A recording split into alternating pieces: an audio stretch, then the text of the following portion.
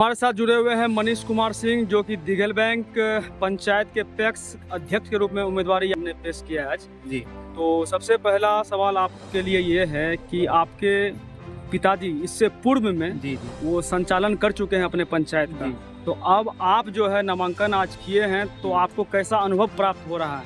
देखिए, ये तो सबसे बड़ा मेरे लिए जो है भावुक पल है, क्योंकि जिस पद पे मेरे पिताजी 3 साल तक गर्व से कार्य कर चुके थे, आज उनके नक्शे कदमों पे हम चलने की कोशिश करेंगे। पिताजी जो है लगभग 3.5 वर्षों तक पैक्स अध्यक्ष के रूप में दिघल बैंक में काम किए। उनके बाद जो था मेंबर थे, उसके बाद हम जो है अपने पैक्स सदस्यों के द्वारा सेलेक्टेड मेंबर बने। उसके बाद पैक्स को जो है लगभग 2 वर्षों से हम एक प्रबंधक के रूप में जो है संचालन कर रहे थे, जिसका अच्छा खासा अनुभव है। और आज ये मेरे लिए बहुत गर्व का पल है कि अपने पापा के लिए मैं आज पापा की सीट पे मैं चुनाव लड़ रहा हूँ। तो चैनल के माध्यम से आपसे हम ये जानना चाहेंगे कि आपके पिताजी के कार्यकाल में क्या क्या बदलाव हुआ इस पंचायत में? देखिए, ये हमारे पिताजी के कार्यकाल में बहुत ही ज़्यादा बदलाव हुआ है। ये हमारे जो है, आप जनता से भी पूछ सकते हैं, ये पैक्स जो है पूर्णतः जो है कृषि पे संबंधित है। जब पैक्स कार्यालय हमारा जब था पूर्व चेयरमैन के समय में, तो पैक्स कार्यालय जाने के लिए जो है रास्ता तक नहीं था। एक बहुत बड़ा नाला वहाँ से गुजरता था, जिसपे जो है हमारे कृषक बंधु जो है साइकिल में पोल के सहारे जाते थे। पैक्स में बहुत कठिनाई थी। हम लोग जब चुनाव जीत कर आए, हम लोगों ने वहाँ पर पैक्स में जाने के लिए सबसे पहले सुगम रास्ता बनाया। जो भी ज़मीन अतिक्रमित थी, वो ज़मीन को अतिक्रमण मुक्त करवाया। आज हमारे पिताजी का ही वो देन था कि उनके ही अध्यक्षता में जो है हमारे 500 एमटी गोदाम का वो मिला था। पिछले दिनों में जिला पदाधिकारी जो विशाल लाल जी हैं, वो विजिट किए थे दिघल बैंक पंचायत, और एकमात्र ऐसा पंचायत देखने को मिला जहां डीएम सर आए, और उनसे भी हमने पूछने का प्रयास किया कि धान, चावल, गेहूं फसल के अलावा दिघल बैंक पंचायत पैक्स को आपके माध्यम से यानी पूरे जिले को क्या मिलने वाला है। तो उन्हें आश्वासन दिया है कि आने वाले समय बहुत कुछ जो है नया किया जाएगा। जी, मैं सबसे पहले बताना चाहूँगा कि जिला पदाधिकारी जिला पदाधिकारी इतने मतलब फुर्सत में नहीं रहते कि हर एक पैक्स जाए, क्योंकि हमारा दिघल बैंक पैक्स जिले का सबसे जो है बेहतरीन पैक्स है, जिले का 1 नंबर पैक्स है। उसी के वजह से जिला पदाधिकारी महोदय का हमारे पैक्स में भ्रमण था।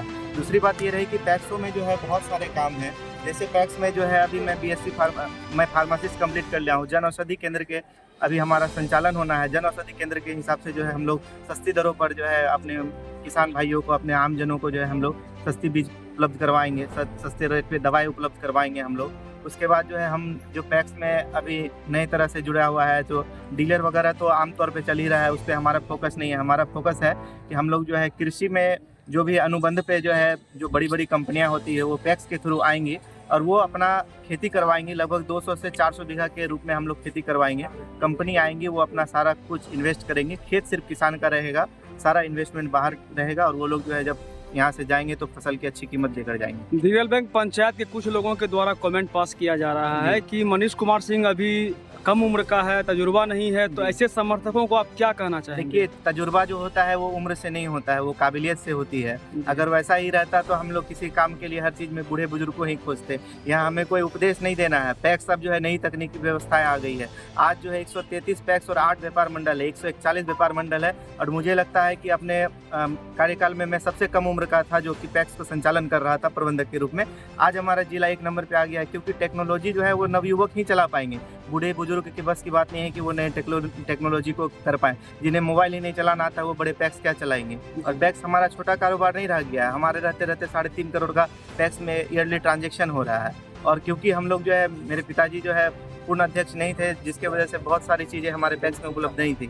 जब मैं पूर्ण सदस्य बनूंगा तो हमें अनुमान है कि हमारा जो है सालाना टर्नओवर 10 करोड़ का कम से कम होगा हमारे पैक्स में।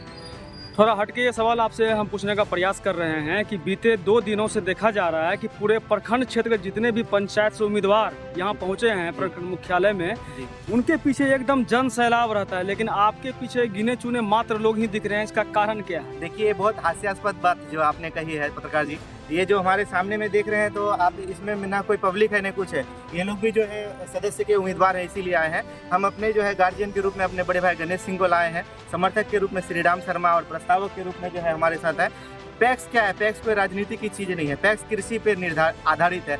अभी हमारा जो है खरीफ विपणन की कटाई चल रही है। किसान भाई जो है रबी फसल में उलझे हुए हैं, तो एक नेतागिरी चमकाने के लिए मैं 50 लोगों को उठा के लेके आऊँ तो किसान जो है हमारे डिस्टर्ब ही होंगे। प्रखंड मुख्यालय में जन सैलाब को दिखाना ये मतलब सही बात नहीं लगता है। अपना मेहनत आप फील्ड में कीजिए, आप सही बोल रहे हैं। जी, इसीलिए मैं मेरे जितने भी किसान बंधु हैं, सबको अपने खेत से जो है अन्न उगा रहे हैं, और अन्नदाता वहीं से हमको आशीर्वाद दिए हुए हैं। चलिए, बहुत बहुत धन्यवाद। आगे बढ़ते हैं। हमारे साथ जुड़े हुए हैं गणेश कुमार सिंह जो मुखिया प्रतिनिधि हैं, और उनसे भी हम जानने का प्रयास करेंगे कि ये जो चुनाव होने जा रहा है उस पर आप क्या कहना चाहेंगे अपने क्षेत्रवासियों को। देखिए, मुखिया प्रतिनिधि होने के नाते तो नहीं, लेकिन पंचायत के एक आम नागरिक होने के नाते, और ये नहीं कि मेरा छोटा भाई प्रत्याशी है, इस नाते, क्योंकि अभी जैसे कि आपको प्रत्याशी के रूप में मनीष सिंह ने बताया कि ये कोई राजनीतिक चुनाव नहीं है, ये व्यवसायिक चुनाव है, और इसमें जो व्यक्ति व्यवसाय कर सके ऐसे व्यक्ति को चुनना है।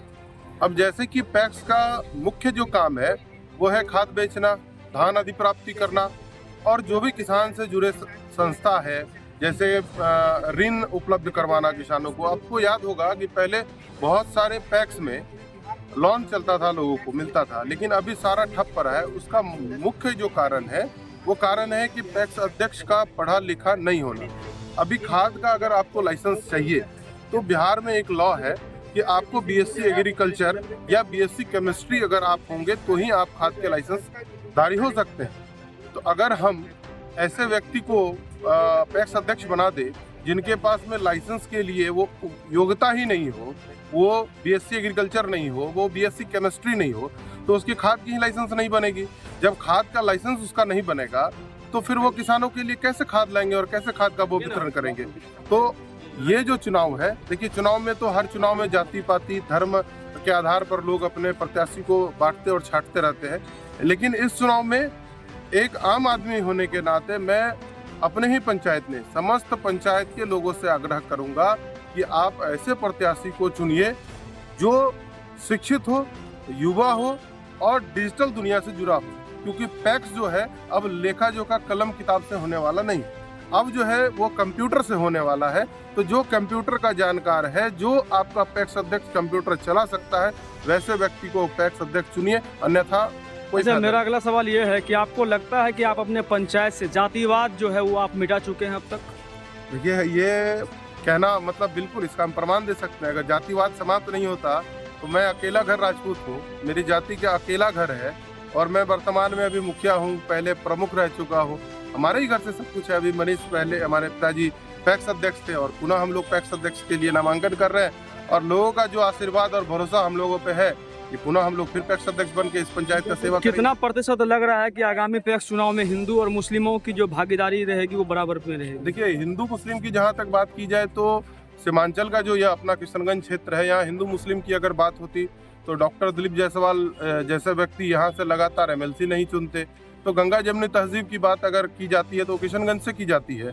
तो पंचायत लेवल पर भी अगर देखा जाए तो यहाँ भी कोई हिंदू मुस्लिम की कोई बात नहीं है। चलिए, बहुत बहुत धन्यवाद और best of luck. Manish Kumar ji के लिए धन्यवाद।